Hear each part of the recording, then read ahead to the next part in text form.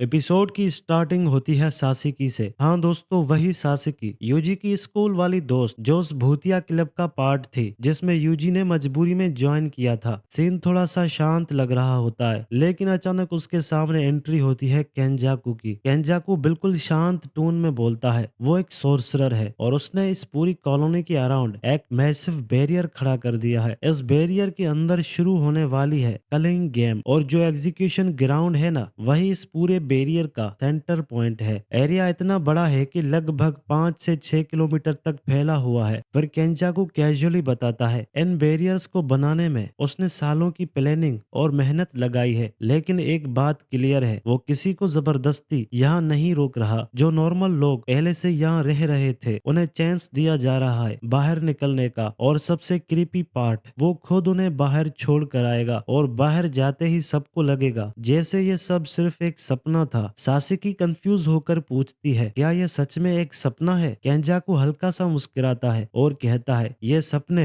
और हकीकत के बीच की जगह है, बिल्कुल एक कर्स की तरह। एटमॉस्फेयर थोड़ा हेवी हो जाता है। सासाकी थोड़ा डिसाइड करती है कि उसे बाहर जाना है। जब केंजाकू उसे बैरियर के बाहर छोड़ने ले जा रहा होता है, तब वो एक लाइन बोलता है जो सीधा दिल में चुभ जाती है, मेरे बेटे का दोस्त बनने के लिए शुक्रिया। सासाकी तुरंत कंफ्यूज हो जाती है, बेटा? और तभी उसकी आंख खुल जाती है। वो बैरियर के बाहर होती है। वहाँ लुगची भी होता है, भूतिया क्लब का दूसरा मेंबर। बाहर ऑलरेडी काफी सारे नॉर्मल लोग खड़े होते हैं। सबके सामने एक जाइगेंटिक काला बैरियर हवा में खड़ा है। सब बताते हैं कि उनके सपने में भी केंजाकू आया था, लेकिन मेरे बेटे वाली लाइन सिर्फ उसने सासाकी को बोली थी। तब सासाकी को यूजी याद आता है। और दोस्तों, टेक्निकली देखा जाए तो यूजी सच में केंजाकू का बेटा है, क्योंकि यूजी की माँ की बॉडी में केंजाकू ही था। मतलब पूरा गेम पर्सनल लेवल पर भी चल रहा है। सीन शिफ्ट हो जाता है यूजी पर और मेगुमी पर। दोनों मिलते हैं हाकारी से और उसे बताते हैं कि गोजो को सील कर दिया गया है। ये सुनते ही हाकारी बिल्कुल शॉक में आ जाता है। सिचुएशन ऑलरेडी सीरियस थी, अब और हैवी हो गई है। तब बांडा एक और बुरी खबर देता है, प्रिंसिपल यागा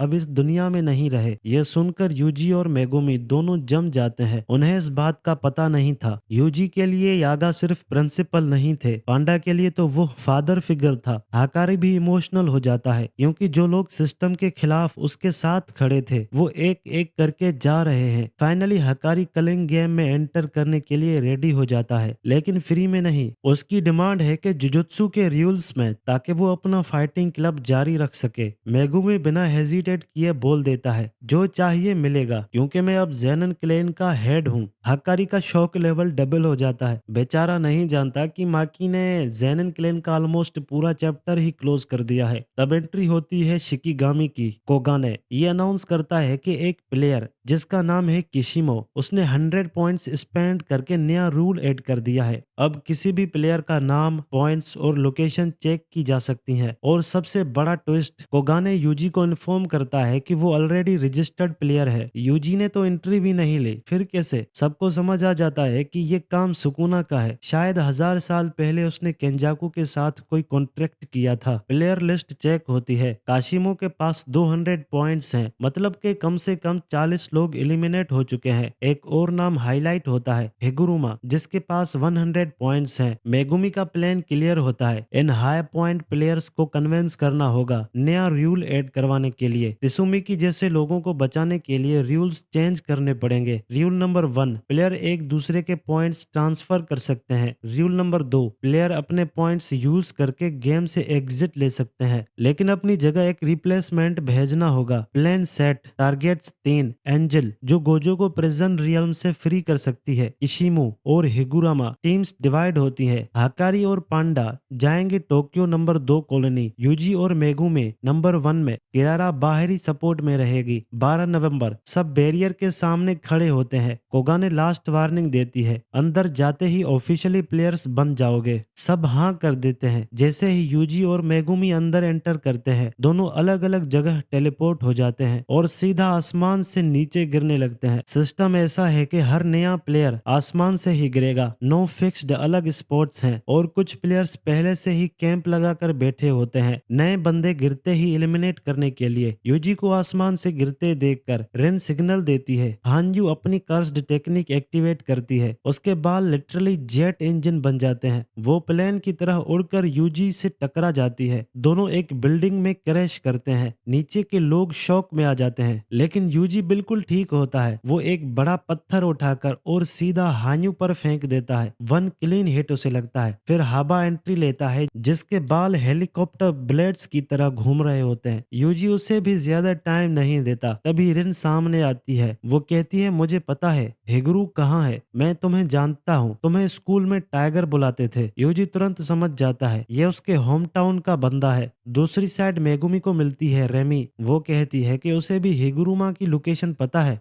मेगुमी को उसका नाइट बनना पड़ेगा और उसे प्रोटेक्ट करना पड़ेगा। मेगुमी सीधा वार्निंग देता है, अगर झूठ बोला तो पनिशमेंट मिलेगी। रेमी रिवील करती है कि नए सोर्सरर्स के लिए गेम 12 दिन पहले ही स्टार्ट हो चुका था। उन्हें एग्जिट का ऑप्शन मिला ही नहीं। अब असली कंफ्यूजन यहाँ स्टार्ट होती है। रेन कहती है कि हिगुरुमा एकिबुरुको में है। रेमी कहती है कि वो शेंजोकू में है। दोनों में से कौन सच बोल रहा है और उन दोनों में से कौन है जो ट्रैप सेट कर रहा है? गेम अब सिर्फ सर्वाइवल का नहीं रहा, ये पूरे माइंड गेम्स में बदल रहा है। और यहीं पर एपिसोड एक डेंजरस सस्पेंस के साथ एंड हो जाता है। दोस्तों प्लीज मेरे चैनल को थोड़ा सा सपोर्ट करो और सब्सक्राइब और लाइक करो।